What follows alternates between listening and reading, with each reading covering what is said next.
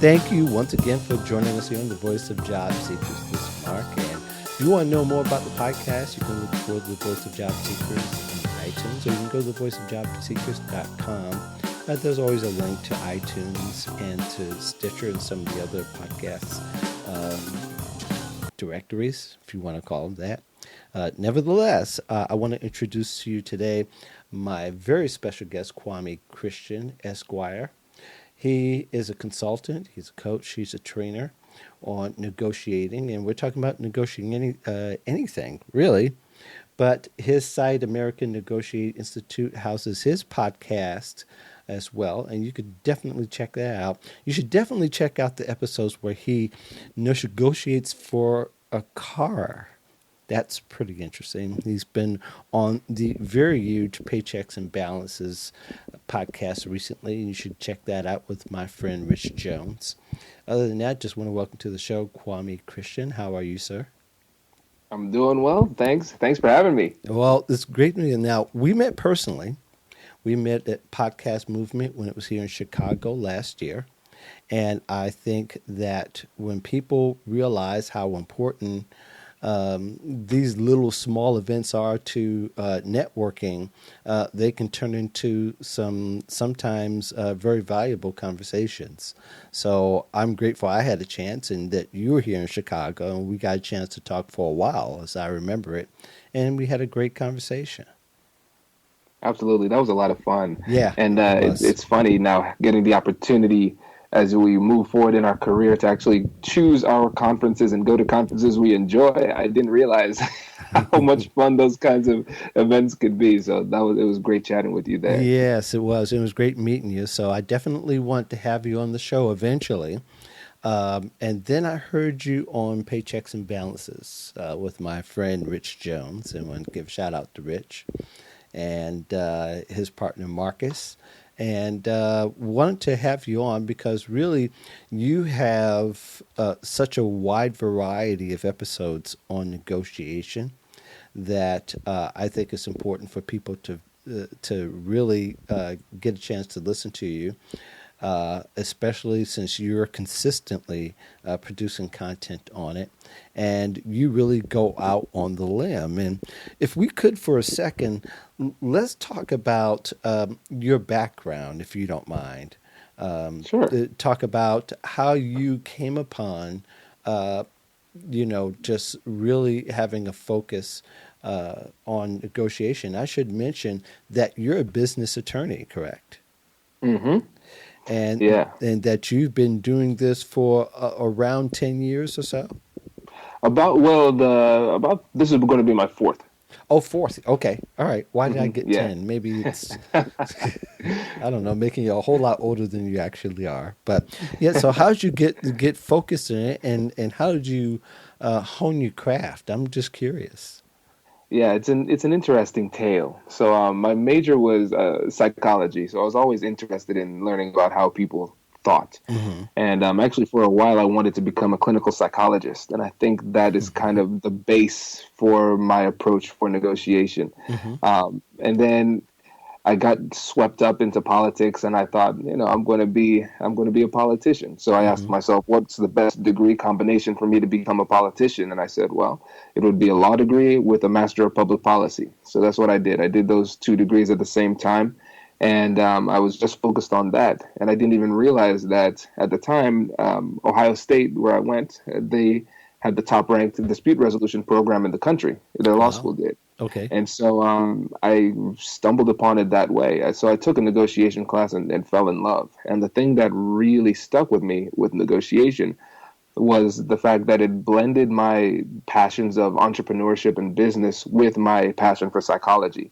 for a business purpose, And so the thing that really put it over the edge was the fact that I could learn something in class and then come home and use it successfully in a conversation with my wife. And I said, oh, this is probably by far the most practical thing I've learned. And so I was able to participate in a number of negotiation competitions in law school. And I won the competition at OSU. And then my partner and I were able to go to regionals in Ottawa, Ontario. And we won that competition as well. and then we made it to the semifinals of nationals in New Orleans, Louisiana. And so I was just hooked. And so coming out, I did social justice work for a while, but eventually the entrepreneurial bug couldn't leave me. And so I started my own practice. So I have a business law firm, still do, where I help entrepreneurs and startups. And then at the same time, a couple of years in, I decided to really focus on the negotiation aspect. And that's when I started the American Negotiation Institute and the podcast. Yes, and you've been doing the podcast for about how long now? Next month will be a year. All So I'm right. I'm excited. Yeah. So, uh, tell me some of the things that you've negotiated where most people wouldn't think that where they can possibly get a better value. Let's see. Okay. I negotiated one time. I was able to negotiate about $4 off of a game controller, an Xbox controller at Walmart. So I think that's one of my favorite ones because not many people would think of even Sure. attempting that. No, not at all. But yeah, and I think that actually goes in perfectly with one of my tips, one of my favorite tips for negotiation. The best way to become a better negotiator. Well, two things. Let's go into two things. First thing Okay. is we need to recognize the opportunity to negotiate. And so, a lot of times, the reason why most negotiations fail is because people don't recognize that there's an opportunity. But the definition that I use for negotiation is any conversation you're having with somebody where somebody in the conversation wants something. And Hmm. when you have broad definition, you realize that essentially every conversation we have, probably 90 to 95% of those conversations Hmm. would qualify as a negotiation. And so now that we have the opportunity to see what a negotiation is, we recognize there are opportunities everywhere. And so what I suggest people do in order to become better and start to become more comfortable with negotiating is engage in rejection therapy. And so that's where you ask for things that you think you have no shot at getting, and just to practice whenever you can. And so, negotiating with Walmart was my dose of rejection therapy for the week. And the cool thing about rejection therapy is that there are two outcomes, and both of them you win. Either one, you get rejected, like you probably should, Hmm. asking for Right. something ridiculous, but you are stronger because of it, and you realize that if the worst thing that could happen is somebody says no to me, that's not that bad. And so it makes us more likely to ask for what we want in the future. And then the second outcome is sometimes it works and you're like, what? Yeah. I Right. got this. And so that's always really great. And so that it's always good to look for these easy opportunities to negotiate because it'll make it easier when the stakes actually matter. Sure. So ultimately, and it's not that people haven't heard that before, but I think essentially building a buffering to know is a way to not just thicken the skin, but just understand that when you do, you become that much better by getting that rejection. Exactly. Yeah, I think most people don't like rejection, so they don't like the idea of having no said to them. But no is part of that growth process, not just personally, but I think in business, career especially, where no is sometimes imminent until you learn the art of understanding it. Hmm. Exactly. Yeah, no is not something to be afraid of. In fact, a lot of times with these negotiations, you can't really understand what the limit is until you get the no. So a lot of schools of negotiation suggest negotiating and pushing until you reach rejection. And then once you reach rejection, you realize you've reached the extent of their flexibility and then you can dial it back. And so you never know how much you're leaving on the table until you find out what their boundaries are. Yeah. So, a lot of my clients and people in the audience are kind of interested in understanding how to negotiate the salary better. First of all, most people don't negotiate. Mm-hmm. And, we have all these tools on the web now. Still, there are a lot of people who don't negotiate their salary or don't try to increase their terms of, of being able to create a greater value for themselves. So let's work a little bit backwards here as far as working how to start, negotiating when you get an offer. Let's work backwards a little bit. Like in the current job, right now, somebody's in the cubicle, they might be even underemployed. Mm-hmm. Can you visualize being in the situation and finding some value there for someone to negotiate a better value out of that job while they get another one? Right. And I think that's something that people really need to think about. How can you maximize your value at your current place of work? Mm-hmm. And here's the thing too. Think of negotiation this way. Every ceiling is a new floor. And so what I mean by that Mm-hmm. is if I'm able to negotiate $50,000, it is very unlikely that I'm going to go backwards. Now 50,000 is the new floor. Mm-hmm. And so even if it's a job where you don't think you're going to stay very long or you have no interest in staying very long, it's still worthwhile to negotiate for more. Even if you creep up 1 or 2 thousand, that's worth it because now at the next job they're going to feel as though they need to pay you more, significantly more to make you feel as though you're moving forward. And so there's always value in negotiation. And so even if you're in a situation where you're underemployed or you don't feel like you're adding to the team, the point is if you're there, you're adding something. And what you need to find is your unique value proposition Mm-hmm. and continue to maximize that and leverage that and recognize too, if you're in that position, if you already have the job, you have a good position and they want to keep you because it's expensive to find somebody new regardless. And Mm-hmm. a lot of times we need to realize that we don't get what we deserve, we get what we ask for. And sometimes the manager would be in a position where they say, "Oh, yeah, sure, you can have that that increase." Right. Sometimes these negotiations are surprisingly easy. Sometimes it goes over their heads. And so, yeah, if you're in that position where you're underemployed or not really feeling it, still negotiate if you're trying to move forward internally. Yeah.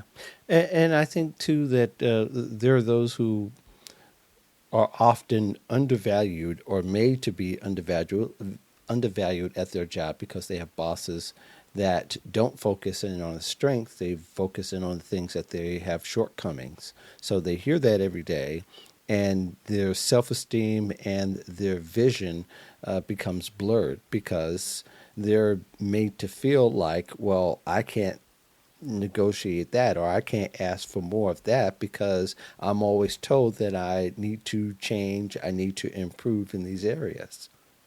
Right. And one thing that's and this is coming from a book I read earlier this year called Persuasion. Mm. And it talks about, it's written by Robert Cialdini. He's the person who wrote Influence, one of the biggest books in persuasion in the Mm-hmm. last quarter century. Mm-hmm. And so what he recognized is that people don't focus on things because they are important. People think things are important because they focus on them. And Mm-hmm. so your manager, if they are constantly focusing on the negative, that's what's going to be most salient in their mind. And so the impetus is on you to change that narrative. And so what I would do is if they don't have these meetings already set up, is I would have meetings that you kind of control the agenda. Maybe even it's not even something that's super official, but you just want to say, Mr. Manager or Mrs. Manager, I just want to have a conversation with you. I want to see what you think my unique strengths are and what I can do to improve upon those strengths. And notice how you're framing the question. We're Mm-hmm. not talking about our weaknesses, we're talking about our strengths. And so it forces them to approach the conversation thinking about your strengths and do this as regularly as possible. And so now you're positioning yourself for the next negotiation. You need to think about negotiation not as a singular conversation with a definite beginning and a definite end. Think of negotiation as something that has no beginning and no end. You're constantly negotiating. You're constantly positioning yourself. It's like a chess game. You're constantly moving pieces around the board. And so you're advancing with these conversations. And then during the conversation, I would ask, What would you need to see from me? Something objective that would let you know that I'm ready for the next move forward. And with this kind of question, what you're doing is you are essentially pre-negotiating your next salary increase. If I were to come into the conversation and just say, I want a salary increase now, there's going to be a little bit of resistance because for anybody, there is perceived risk. And whenever somebody perceives risk, they're less likely to give you what you want. But if you couch it in terms of this isn't happening now, I'm talking about in the future. Mm-hmm. Whenever I meet these goals, what could my salary increase look like? You could have the negotiation at this time where they're feeling less threatened. And so what you do at that point is whenever something good happens, emphasis on good here, you want to create a paper trail. And so after you have that conversation, follow up with an email with those specifics. And then when it's time to negotiate, you can refer back to that conversation. And you're kind of setting the tenor, too, for a much more positive working relationship because they'll look at you differently saying, wow, he has the gumption to bring me in, have a conversation where I can tell him or her where my value sweet spot is. So this is how you can make me happy. This is maybe even how you can make me great. And ultimately, that's kind of a good way to frame it in that sense, is that you're looking to say, hey, I want to make you great. How can I contribute in that way? What part of my strengths are most valuable to you? Exactly. And one of the best things you can do within a work environment is to find the person with power and the person who is busy and take things off his or her plate. And so, again, like you said, I think that was a great question. Figure out what you can do best to help them, something objective, and do that. Follow through and measure it. And you need to make sure that people, that they see what you've done. And that's the importance of that paper trail. And that's the importance of really picking and honing on to focusing on things that are objectively measurable, because whenever the determining factor of whether or not you're going to get an advance is something that could be subjective, you're going to be in trouble. You want to make this as clear and cut and dry as possible. Yeah, and I can see how people can also take advantage of that opportunity as they go forward to start really paying much more closer attention to what you're accomplishing and what you're bringing to the table, so that your next employer, and there will probably be a next employer, that you could show them and say, hey, this is how I created value. This is the type of conversation I had. And these are the things that I know I can bring because I have it right in front of me here. And especially in a world where people need to see data. Bringing numbers, showing efficiency, showing the quality of the work, and even bringing as much proof to the table that you can accumulate that along the way. That's not just a one and done. That kind of sets the precedence for the rest of your career if you hadn't been doing it already. Exactly. And I have a client that I'm working with right now. He's in a major media company, and his goal is to become a senior vice president within the company. And so he wants me to work with him to create a negotiation strategy to get there, which is fun. And so, again, it's taking that long-term perspective. And what he says is, he's like, I want that position of senior vice president. It doesn't necessarily need to be in this company. I want that title. Right. And so now we're coming up with a strategy, again, moving these chess pieces, both within his company and outside of his company, because you want to get as much leverage as you can with as many people as you can, because a lot of times it's not just one person who's calling the shots. You need to have the buy-in of all the major, the people who can make it happen beforehand, before you start to make that ask. Right. So in your opinion, just using your client as an example, as a very broad example, of course, I don't want to give away your work product, but how can someone measure that as far as trajectory? Is there such a thing these days when we talk about we could talk about getting one position, but for some people, there's going to be many moving and shifting parts to getting to a lofty goal, and that's going to vary per person. So is there a time measure that's effective than others? Is shorter or longer better than the other? You understand what I'm saying? Yeah, I see what you're saying. And you can correct me if I'm if my answer goes astray here. Hmm. So really, one of the most difficult things we need to do in a negotiation is determining what we want, why we want it, and how we're going to get there. Hmm. And a lot of times people don't have that type of clarity. He's one of those rare people who says, no, I want this very specific position Right. in this specific role in one of three companies. I was like, okay, well, Hmm. that makes it pretty clear. But with everybody else, it could be different. And so with regard to time frame, it's going to be tough to set a specific time frame within which we can achieve these goals. But what I can say though is when I guess it's kind of like what they say when they say, how do you eat an elephant? You eat it one bite at a time. But Sure. what we can do is we can time these bites. It's like I will take 3 bites in the month of March. Hmm. And those Right. bites will look like this. Right. So I think it's important to start with an ambitious and lofty goal first, and then backtrack, break it down, and what into very clear action steps that we can do in order to move those chess pieces in the right place. Right. So somebody who's been even an hourly worker, they say they want to be a manager, or better yet, they want to better their salary. It, if you manage to, let's say, uh, just happen to negotiate for a quarter at a time, that's a good thing. They should feel proud of it because you're still on your way, and there are lessons you could still take along with you to do even better. Exactly. And a lot of times it's going to take some time. Here at one of the major state-run institutions here in Columbus, what people have complained about is the fact that it takes a long time to advance. But what they found is if you make a lateral move to a different position, then you can make a big jump when you come back to this same state institution. Hmm. And this kind of goes to what I was saying before, that every ceiling is a new floor, but sometimes within organizations, the progress might be slow. So if you have the patience and you're okay with that, that's fine. But again, you want to have a wide perspective, a very broad view on what you need to do in order to get ahead and not foreclose yourself to outside opportunities. Because sometimes the fastest way to get ahead within your company is to leave, make them appreciate you, and come back at a higher position. Right.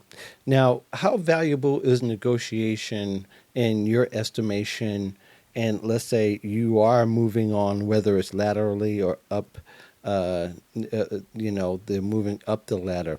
Is negotiation still valuable even as you leave a company?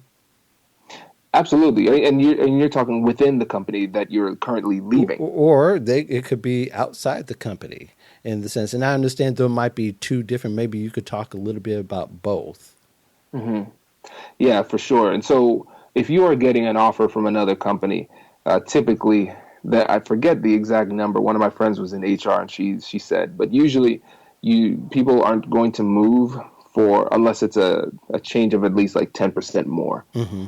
That's usually a little bit of a rule of thumb of what you should be looking for if you're going to completely leave a company and start anew Hmm. within a new company. But at the same time, remember, negotiations don't have a beginning and they don't have an ending. Right. And so that whole time when you're leaving the company, that company that you are currently leaving, you want to have conversations and say, listen, I don't necessarily see this as the end. I want to gather as much experience as I can, and I saw this as a really great opportunity to advance my career. But I want to keep in touch with you and see what you need because I'm not foreclosing an opportunity to come back. Hmm. And so constantly continue to have those conversations. And you could have those conversations based on what it would take to get you back, what it is that they're looking for, those type of things, as long as you're not breaching confidentiality with your new company if it's a competitor, Right. of course. But I'll never close the door, never burn those bridges because it can come back. And ultimately, negotiation is an information game. And so, even if it's somebody that you have no intention of actively negotiating with for monetary purposes or something to that effect, Hmm. since negotiation is an information game, your goal is to get as much information as possible. And so even somebody who's not in any company that you are interested in, they might have some industry intel that you could utilize in your next negotiation. So these relationships are going to be of vital importance. And again, when you start to realize that negotiation is everywhere, like germs, Yeah. Right. you realize, okay, you start to see these conversations as a lot more valuable. And you have to realize that everybody is an expert in something. You just need to talk to them long enough to find that expertise, and you can use it down the road in your next negotiation. Right. I think when people look, I think people heard the advice, don't burn your bridges. Hmm.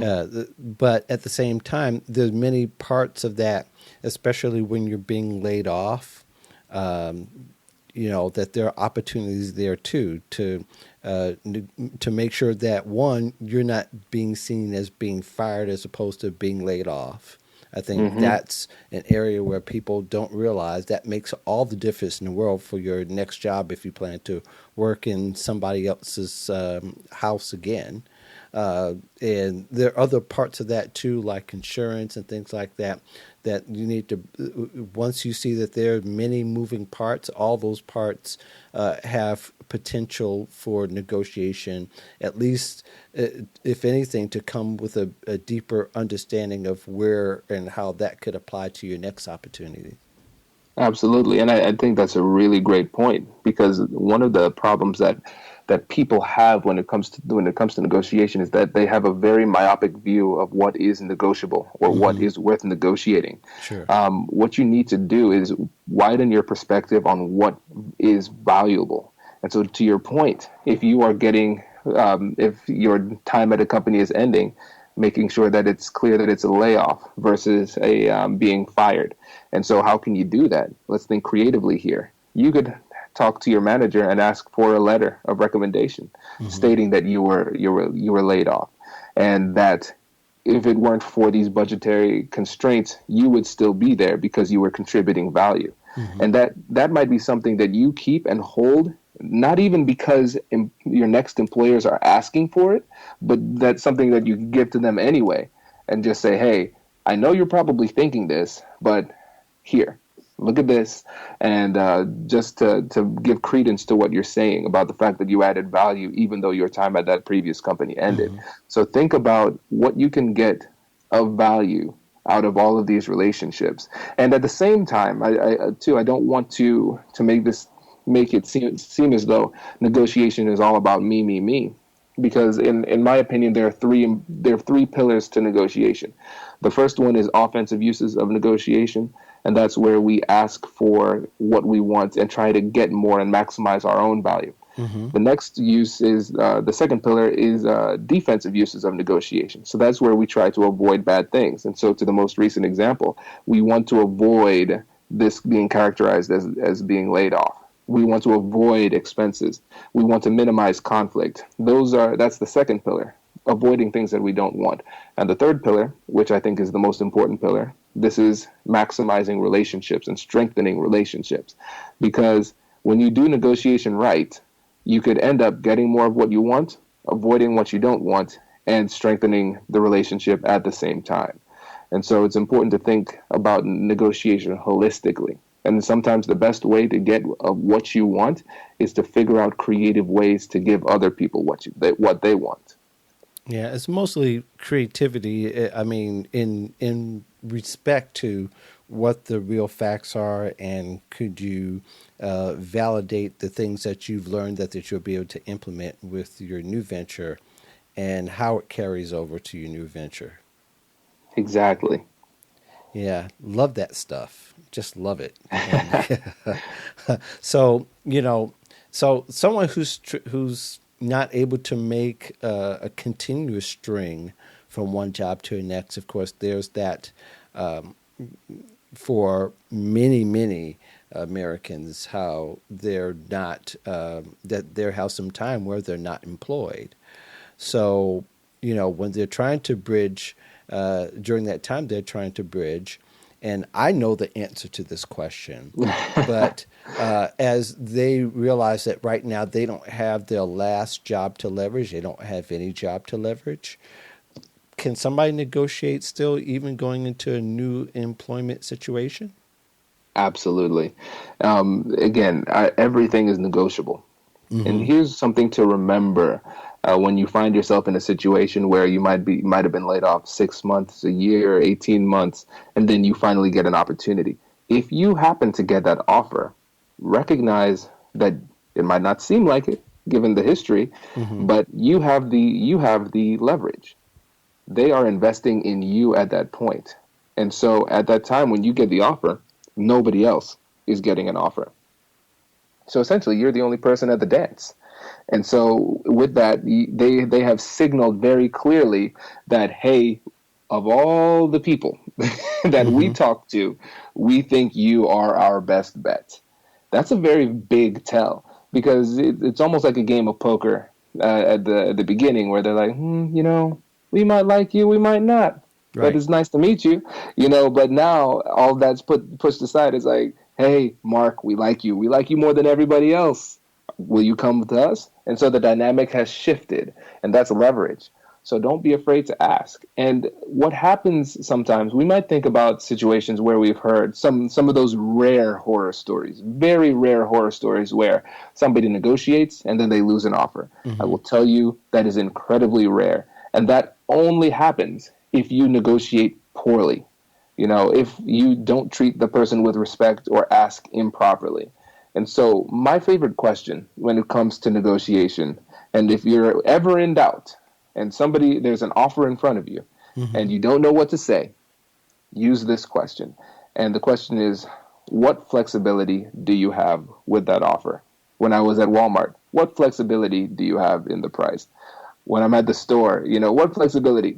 That's my go-to. And so Right. why does that work so well?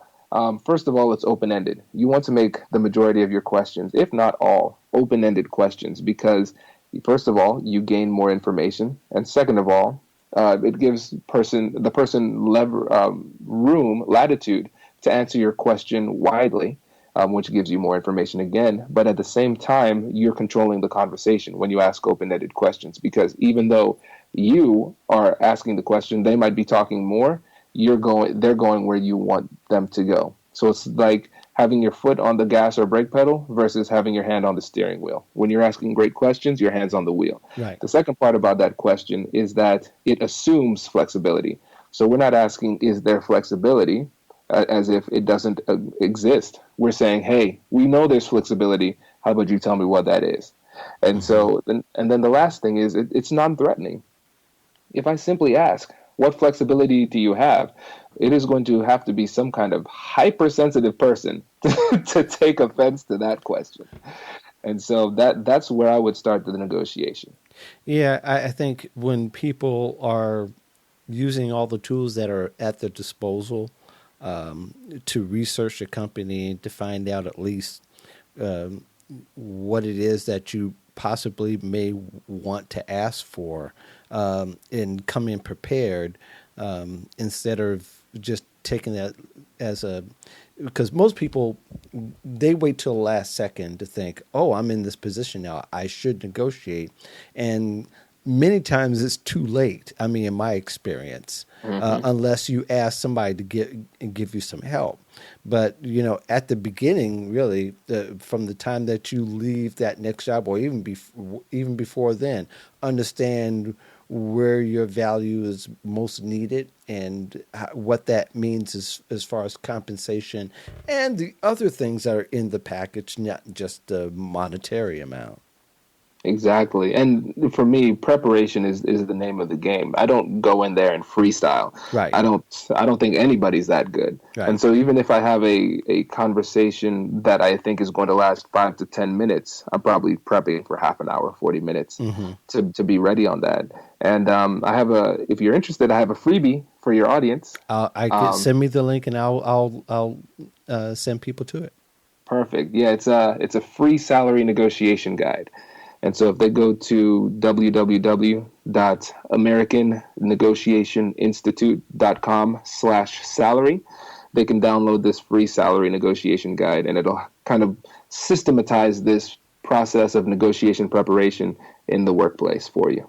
Oh, that'll be excellent, and I think people will really will want to download it, because I think people will need help as much as they can. I think people get energized from different perspectives, and that's why I have companies like PayScale to come on and to talk about negotiations from the many different angles they study it at, or to have like Katie Donovan, who's also largely everywhere and talking about negotiating salary for women particularly, and to have you as well, because you have another aspect, and I think you broke it down to where we haven't had it on the podcast yet.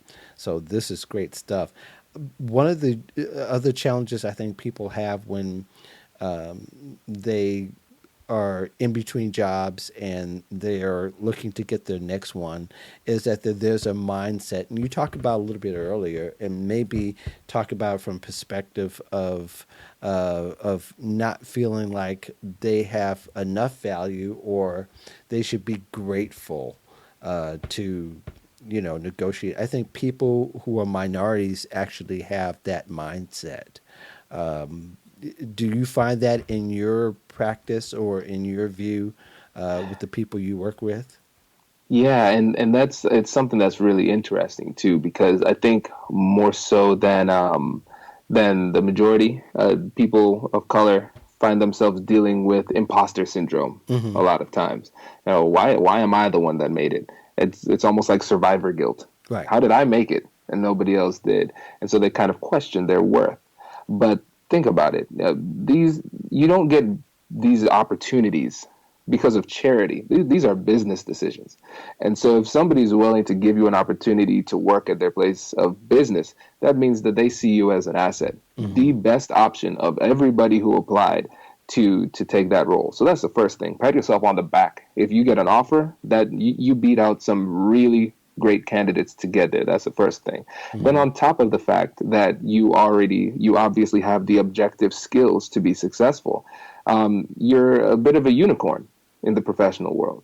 And so think about in the legal realm, especially when it comes to big firms, they have a serious issue with a dearth of minority representation in large legal practices. Mm-hmm. And so what does that look like? If the minority representation might be 5 or 10%, and they recognize that this is an issue.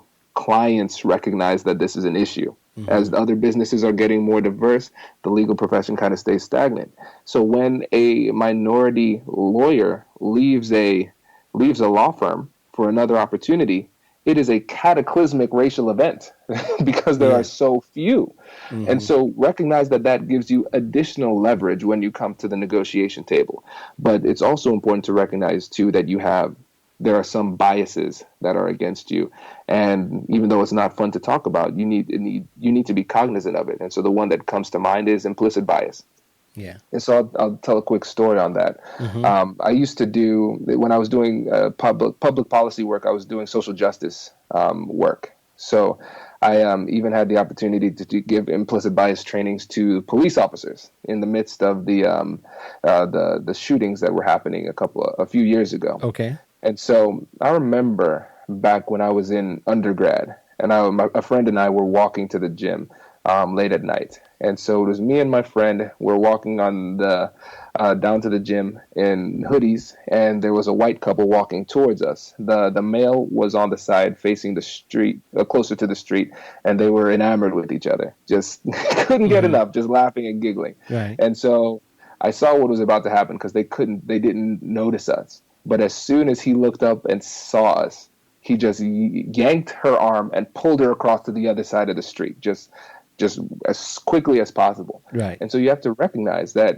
I recognize as a black male in America, I am seen as a threatening, imposing person. Mm-hmm. Not fair, but true. And so as a result, I recognize that I need to do things to lower people's uneasiness with my presence. So I smile a lot more. I recognize I need to initiate conversations and humanize myself more and take those steps. Once I do that, I can break through and we can have these conversations, but I know that there is an initial hesitation to engage with me.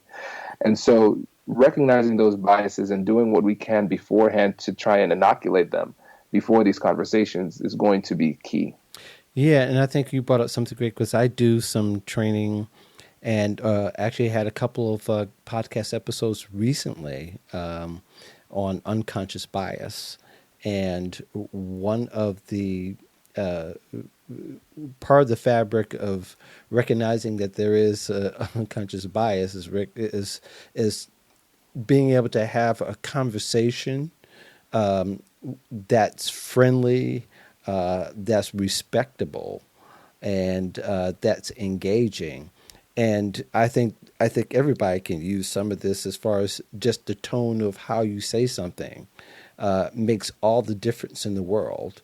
If you tell somebody the world is crashing, people will be alarmed, not because of what you said, but because of the tone of what you said it, as opposed to, well, the world is crashing, and people will look at you and smile. They may think that you're crazy, but it's a completely, and it's something that people don't realize that happens. And I think a lot of the things that the way to diffuse the bomb before it goes off is to recognize the tone that's going to help people connect with you, because people won't negotiate with people they can't connect with or feel like that they can say something that might be a little bit hard to say, but at least it's respectable.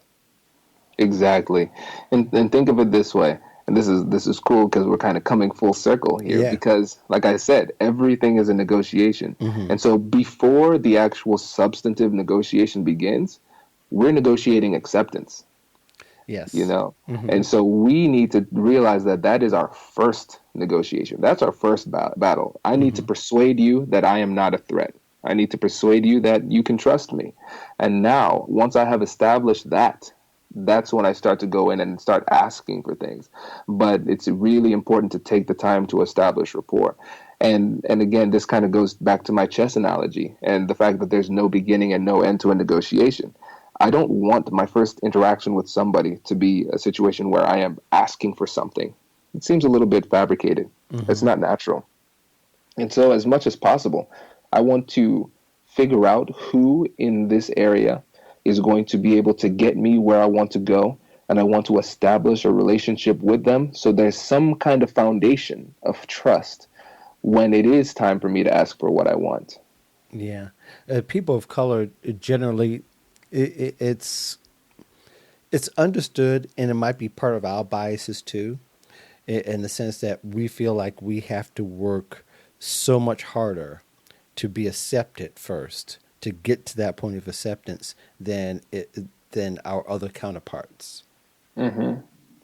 Yeah, it's true. And the thing is, I wish there was a silver bullet to just make that not an issue. Right, but But it will be it for will be. And yeah. so we need to recognize it and take the necessary steps to fight against it when we can.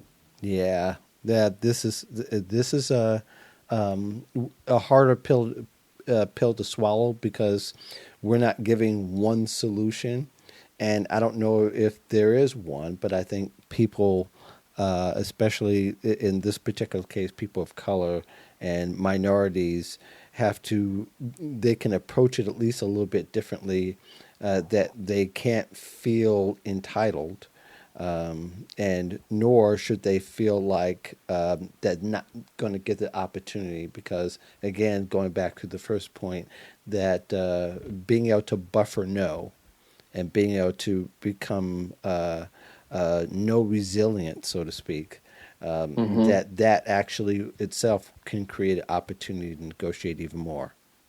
Absolutely. And I think even though there's like you said, there's no easy answer. I think there is a something actionable people can take out of this other Okay, than just gloom and doom, though. right. I would say when I'm going to use an analogy from another negotiation situation and bring it here. Yeah. So when somebody is really upset, super emotional, and we're talking about those types of hostile negotiations or conflict resolution Mm-hmm. situations, your first objective is to get them to calm down because when they're highly emotional, they're not thinking rationally, and Yeah. so going back into my psychology nerd days, they're Mm-hmm. thinking with their like the least evolved portion of their brain, fight Mm-hmm.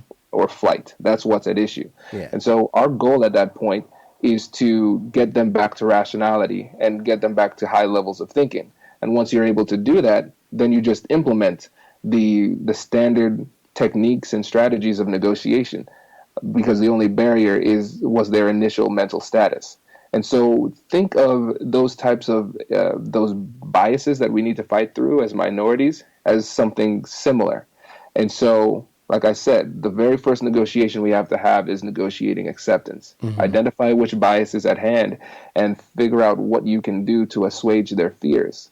And then once you've done that successfully, yeah, that could take like 5 minutes, right?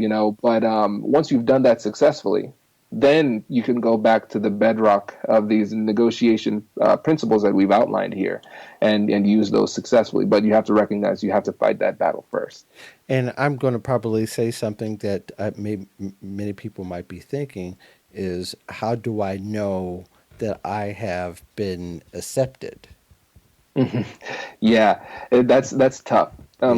Maybe telling us this story would help to give a good example. Mm-hmm. I remember, since I'm still a practicing lawyer, one of the things I do is estate planning, and so I organized these volunteers from the school to come to this senior citizens home, mm-hmm. to volunteer.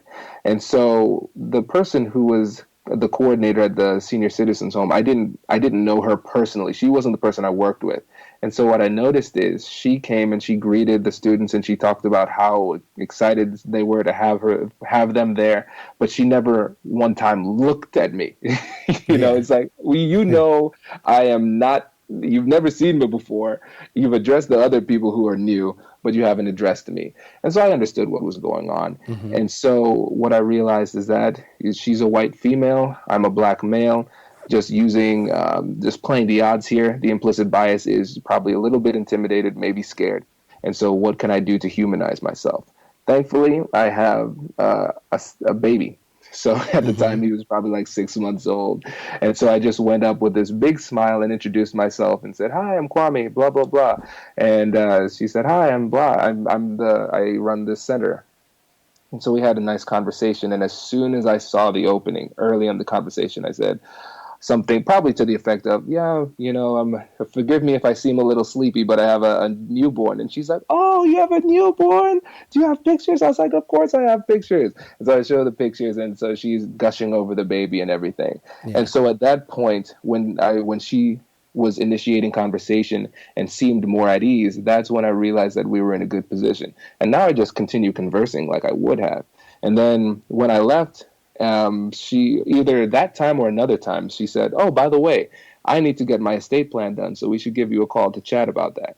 And so think about the level of trust from when we first were in the same area. I won't even say interacting, because we weren't. Right. When we were in each other's presence, to now. So now we were able, because of that conversation, we were able to build trust. She's not intimidated by me, and now when I come in, she greets me with a big hug, Right. And so it's never easy to really say exactly what the bias is or when we've broken through, but it's one of those situations where you'll feel a difference. Sure. And you just have to wait until that they give you that opening. And like I said before, the barrier, the distance between a yes and a no, and getting what you want and not getting what you want, is perceived risk. And once people think that once they perceive risk, they're not going to give you what you want. So take the time, lower those barriers, lower those defenses, and then when the time is right, you'll be able to feel when you can ask for what you want. Awesome. Is there anything else that we're missing here that you might feel that might be more valuable? Because already you've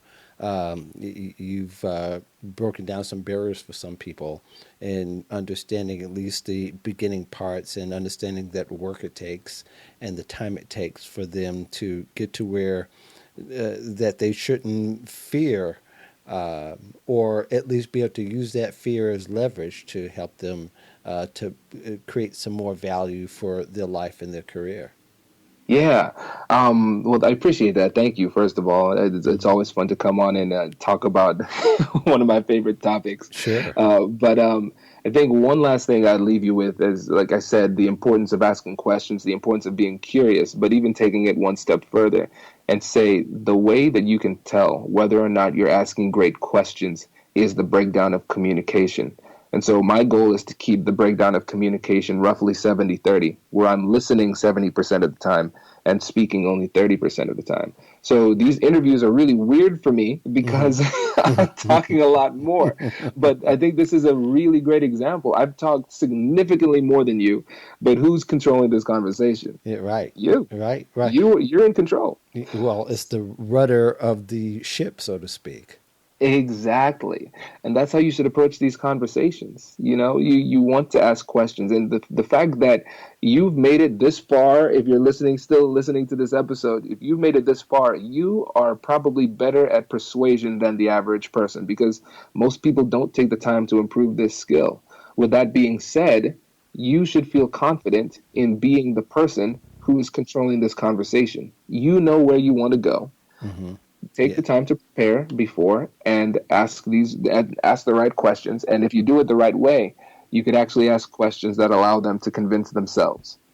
Well, I imagine people will have more questions for you and may want to engage into how you can create more value for them. How can people get in contact with you? Absolutely. So the first way is check out the podcast, Negotiation for Entrepreneurs. Mm-hmm. And the other way to connect with me directly is through LinkedIn. And so I give a personal response to everybody who connects with me on LinkedIn. It might take a while because there's more people and now, Right. but I really appreciate it when people reach out to me and ask me questions because it helps me to focus my content. Because like you could probably tell, I'm a big nerd on this, and so Yeah. sometimes I might go off on something that I think is interesting, but might not be that helpful for people. So Right. whenever people reach out and ask questions, I'm always answering, and I appreciate the input and feedback. Right. Well, thank you so much for spending time with us here at the Voice of Job Seekers. Appreciate it. And if people want to get to know, you go to AmericanNegotiationInstitute.com. And he'll be able to help you there, or if you just want to know more about him, you can go to LinkedIn, as he said. Thanks again, Kwame, for coming on, and thank the rest of you for listening to the podcast. If you have any questions, I'll be glad to take those questions. You can just go to theversajobseekers.com. You can press the send voicemail button to the right-hand side to activate your computer and microphone, and you can just leave me a voicemail. And you can also go to the post where the contact information is there. In the meantime, thanks very much, and we'll see you next time on the Voice of Job Seekers. And by the way, if you want to, if you have any questions about salary negotiation, you need some coaching, you can contact Kwame. You can contact me as well. And I should say that I also have a wide range of services these days. I am opening up a few more coaching spots. So if you're interested and you need some help with your job search in total, feel free to contact me. So again, peace in the valley of love. Thank you very much. See you next week.